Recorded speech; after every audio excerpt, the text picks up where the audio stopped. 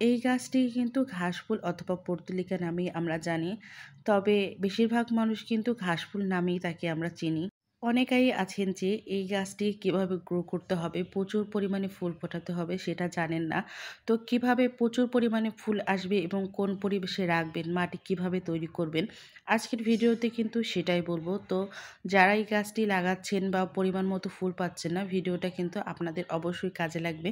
সুতরাং মনোযোগ দিয়ে দেখবেন। এই ঘাস ফুল অথবা পর্তুলিকা কিন্তু খুবই সাধারণ, তবে এর ছোট্ট ছোট্ট ফুলগুলোকে দেখতে কিন্তু ভীষণ ভালো লাগে। আর যদি অনেক প্রকারের ফুল হয়, অনেক কালারের হয়, তাহলে তো কোনো কথাই নেই, যে বাগানটা কিন্তু একদম ফুলে ফুলে সেজে উঠবে। আর দেখতে কিন্তু ভীষণ ভীষণ ভালো লাগে। তাহলে চলুন জেনে নিই যে কিভাবে এর মাটি তৈরি করতে হবে আর কিভাবে এর পরিচর্যা করতে হবে। তো শুরুতেই কিন্তু আমি সবসময় বলি, গাছের ক্ষেত্রে কিন্তু সবসময় সুন্দর মাটিটা তৈরি করে নিতে হবে। কোন গাছের জন্য কোন মাটিটা উপযোগী সেই বিষয়টা আগে বেশি করে মাথায় রাখতে হবে। তাহলে কিন্তু আপনি সব ধরনের গাছ থেকেই প্রচুর ফুল ফল পাবেন।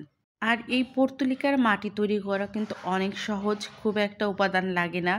মাটি কিছুটা পরিমাণ ভার্মি কম্পোস্ট অথবা গোবর সার আর সামান্য পরিমাণ কোকোপিট মিশিয়েই কিন্তু এর মাটিটা তৈরি করে নিতে হবে। একবার মাটিটা তৈরি করে নিলেই কিন্তু চলবে, আর তারপরে কিন্তু 1 মাসের মধ্যেই গাছে ফুল চলে আসবে। আমি আমার গাছে কিন্তু কোনো কিছুই ব্যবহার করিনি, শুধুমাত্র কিন্তু মাটি তৈরি করেই কিন্তু আমি এর ডালগুলো লাগিয়েছিলাম। আর ডালগুলো যখন লাগিয়েছিলাম সেগুলো কিন্তু অনেক বেশি রুগ্ন ছিল। আর আমার গাছগুলো কিন্তু শুরুর থেকেই মাটিটা সুন্দর করে তৈরি করার জন্যই কিন্তু গাছের গ্রোথটাও ভালো এসেছে এবং প্রচুর পরিমাণ করে এসেছে। তো আমার কাছে কিন্তু অনেক অনেক ফুল ফুটেছিল, তবে আমি তখন ভিডিও করার সুযোগ পাইনি। আর প্রত্যেকটা ডালেও কিন্তু প্রচুর পরিমাণে কড়ি আছে। আরও একটা বিষয় হলো, গাছে যদি প্রচুর ফুল পেতে চান তাহলে কিন্তু গাছের যে আগা টগাটা থাকে সেটা কিন্তু ভেঙে দিতে হবে।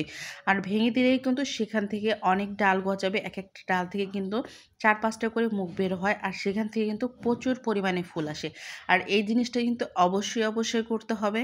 আর গাছে ফুল পেতে হলে আরও একটা বিষয় কিন্তু অবশ্যই মাথায় রাখতে হবে, এটি কিন্তু ছায়ায় একদমই ভালো হবে না। আপনার বেলকনি বা ছাদের যে জায়গাটায় সবথেকে বেশি রোদ পায় সেই জায়গাটায় কিন্তু গাছ রাখবেন। ফুল গাছে সবসময় কিন্তু রোদ পছন্দ করে। আর এর জন্যই এই গাছটিকে এমন জায়গায় রাখবেন যেখানে কিন্তু প্রচুর রোদ পাবে। এতে করে কিন্তু গাছগুলো হেলদি থাকবে এবং গাছে কিন্তু ছত্রাকের আক্রমণ একেবারে করবে না। অনেক আপুরাই আছে যে অল্প রোদ পায় এমন জায়গায় রাখে আর বলেন যে ফুল পায় না। তো এই জন্য কিন্তু ফুল পাওয়া হয় না। দেখা যায় যে মানে রোদের কারণে কিন্তু গাছের গ্রোথ আসছে না। গাছে কিন্তু প্রচুর ফুল আসছে না। আর সাথে সাথে কিন্তু অনেক ছত্রাকও আক্রমণ করে। তো আমি যখনই গাছ লাগাই আমার গাছে কিন্তু সচরাচর ছত্রাক আক্রমণ করেই না বললে চলে। তা আমি কিন্তু কোনো কীটনাশক ইউজ করি না।